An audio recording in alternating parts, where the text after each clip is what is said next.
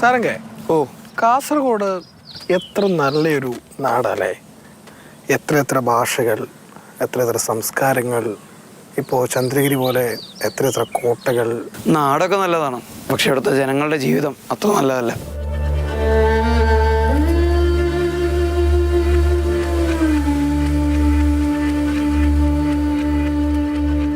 കാസർഗോഡ് ചെങ്കള വില്ലേജിലെ മുട്ടത്തൊടി ഗ്രാമത്തിൽ ഒരൽപ്പം ഭൂമി.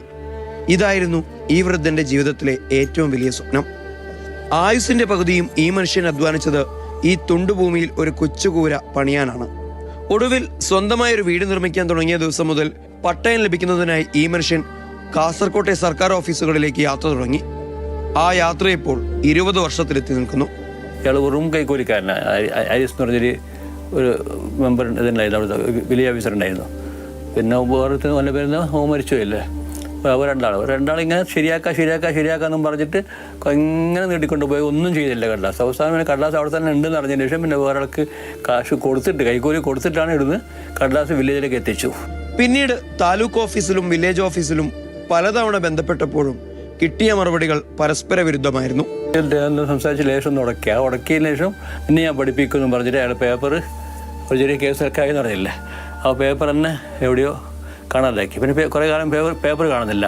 പോയാൽ എൻ്റെ ഇൻഷു പറയും പേപ്പറില്ല, ഇവിടെ പേപ്പറില്ല, ഇവിടെ പേപ്പർ കാണുന്നില്ല എന്നറിയാം. അപ്പോൾ ഈ പേപ്പർ എവിടെ പോകുന്നു? ഓഫീസിലെ പേപ്പറിനെ അവർക്ക് എടുത്ത് കളയാൻ അവർക്ക് അധികാരമില്ലല്ലോ. നടക്കാൻ പോലും പ്രയാസപ്പെടുന്ന സമയത്തും അപേക്ഷകളുമായി മന്ത്രിമാർ പങ്കെടുത്ത അദാലത്തുകളിലും ഈ വയോധികനെത്തി. അവിടെയും നിരാശയായിരുന്നു ബലം.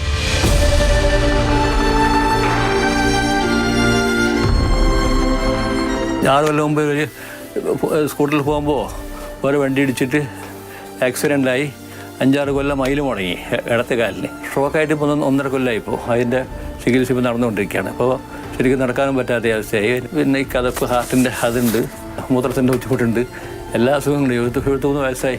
നാട്ടിലെ പൊതുപ്രവർത്തകരും മെഹമ്മൂദ് ഹാജിക്ക് നീതി ലഭിക്കാനായി രംഗത്ത് വന്നു. മുഖ്യമന്ത്രിക്ക് അപേക്ഷകൾ നൽകി.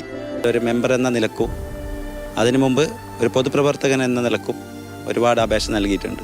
റൈറ്റ് ടു ഇൻഫർമേഷൻ ആക്ട് പ്രകാരം ഞാൻ ചോദിച്ചപ്പം തൃപ്തികരമല്ലാത്ത മറുപടിയാണ് എനിക്ക് ലഭിച്ചത്. എന്താണ് അവിടുത്തെ പ്രശ്നം, അതെന്തുകൊണ്ട് ഈ സർക്കാരിന് പരിഹരിക്കാൻ പറ്റുന്നില്ല എന്നുള്ള ഒരു വിവരം നമുക്ക് കിട്ടുന്നില്ല. റവന്യൂ കമ്മീഷണർക്ക് കത്ത് കൊടുത്ത് അതിലൊരു മറുപടി ഉണ്ടായിട്ടില്ല. ജില്ലാ കളക്ടർ തഹസിൽദാർക്ക് അയക്കുന്നുണ്ട്, തഹസിൽദാർ വില്ലേജിക്ക് അയക്കുന്നുണ്ട്. അയക്കുന്നു എന്നല്ലാതെ നടപടിയോ ഇല്ല.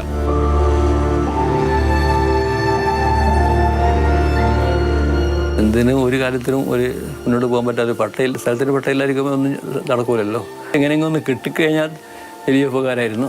സർക്കാർ ഓഫീസുകളിൽ കുമിഞ്ഞു കിടക്കുന്ന ഓരോ ഫയലുകളും സാധാരണക്കാരൻ്റെ ജീവിതമാണെന്ന് പറയുന്ന മുഖ്യമന്ത്രിയും റവന്യൂ മന്ത്രിയും ഇങ്ങനെയുള്ള ഒരു രോഗിയായ സാധാരണക്കാരൻ്റെ ജീവിതം കാണാതെ പോകരുത്. ആലമ്പാടിയിൽ നിന്നും ഷാജു ചന്തപുരയ്ക്കൊപ്പം സാരംഗ് സുരേഷ്, മാതൃഭൂമി ന്യൂസ്.